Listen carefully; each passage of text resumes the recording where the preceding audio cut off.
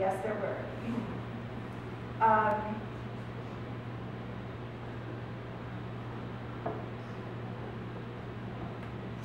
One day I was sitting in class, and there was a knock at the door.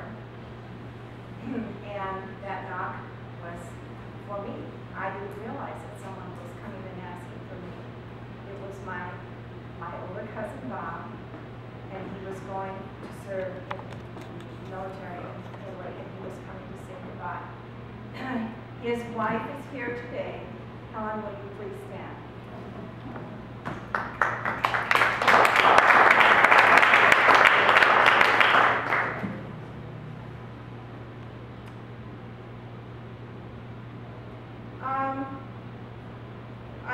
We have cousin Thelma here, and she and two other girls had some difficulties at Boyd's school, and they ended up with some problems.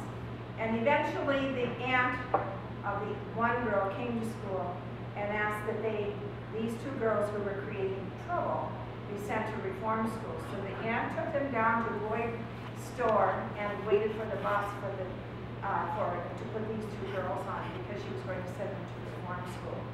The teacher got wind of it and came and rescued them and took them back to Boyd's school. Can you imagine that happening today? But it's called Reform School Candidates, and Thelma, will you please stand?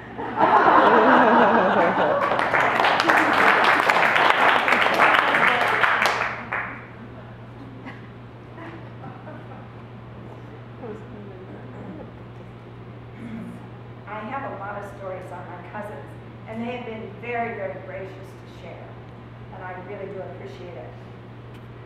One day, a bunch of the little boy cousins went to what was called Missionary Society with the older mothers, and the little boys had lunch, and then they didn't have a lot to do. So they went and sat in the grandma's new car. It was a Kaiser Fraser. Anybody remember Kaiser Fraser? Yeah. Oh, yes. Well, they sat in grandma's new Kaiser Fraser car, and there was a cigarette lighter there, and they decided that they had to experiment a little bit, and they started burning cigarette lighter places around the car.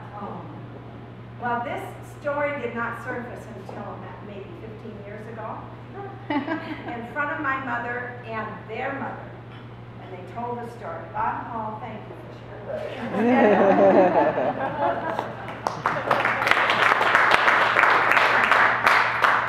Our mothers were mortified.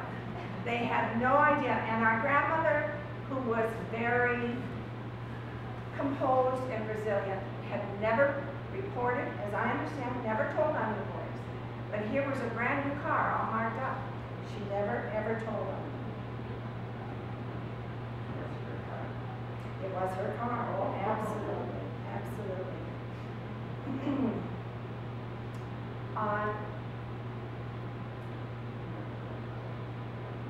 There are so many of you that I have stories on. Chuck, you got a bad haircut from an uncle one day. The uncle butchered him, totally. And of course the parents couldn't tell the uncle that he had done such a bad job because he didn't charge him. So then they had to go to another uncle and redeem the haircut because Chuck had refused, totally refused to go to school. A guy's worst nightmare. Chuck? It was the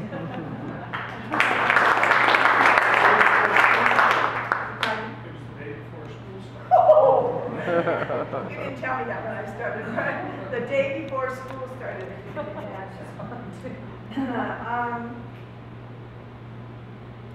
On to Belfry.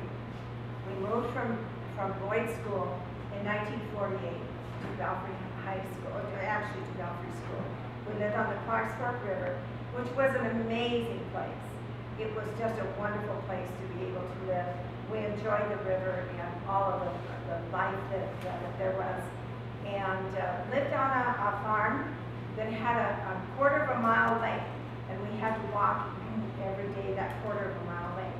We drove by it yesterday and brought back an awful lot of memories, but one of the things we always remembered was The first gate was the crucial one. There were two gates, one close to the house and then one at the end of the lane. And if you hadn't made it to the first gate by the time the school bus came around the hill and the bend, you were dead beat, because you had to walk all the way from home. Gail and Ray Kamak had no mercy if it were plowed fields or whatever it was. If you didn't make that bus, you walked. And if you walked in a half an hour late to school, too bad. You know, you learned your lesson. And so life on the Clarksburg was very, very special for us. We had a wonderful time, and of course, I graduated from Belfry High School.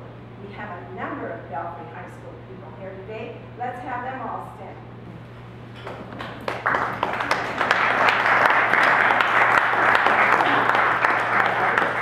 And of course, yesterday when I visited Belfry High School, I got to see, and I can't help but crowing just a little bit, the state champion basketball Class C, 1952, 53, 54. And those trophies are there in the case. And Marlene was one of our cheerleaders. Yes. And she talked about such incredible memories. I don't think we studied a lot of Shakespeare at that time. But we had a great time and wonderful, wonderful memories. Memory? How did you get to your home? Was it by Hines there? Hines. We walked on the bus went to the end of the road, and then we walked down the lane, which was a quarter of a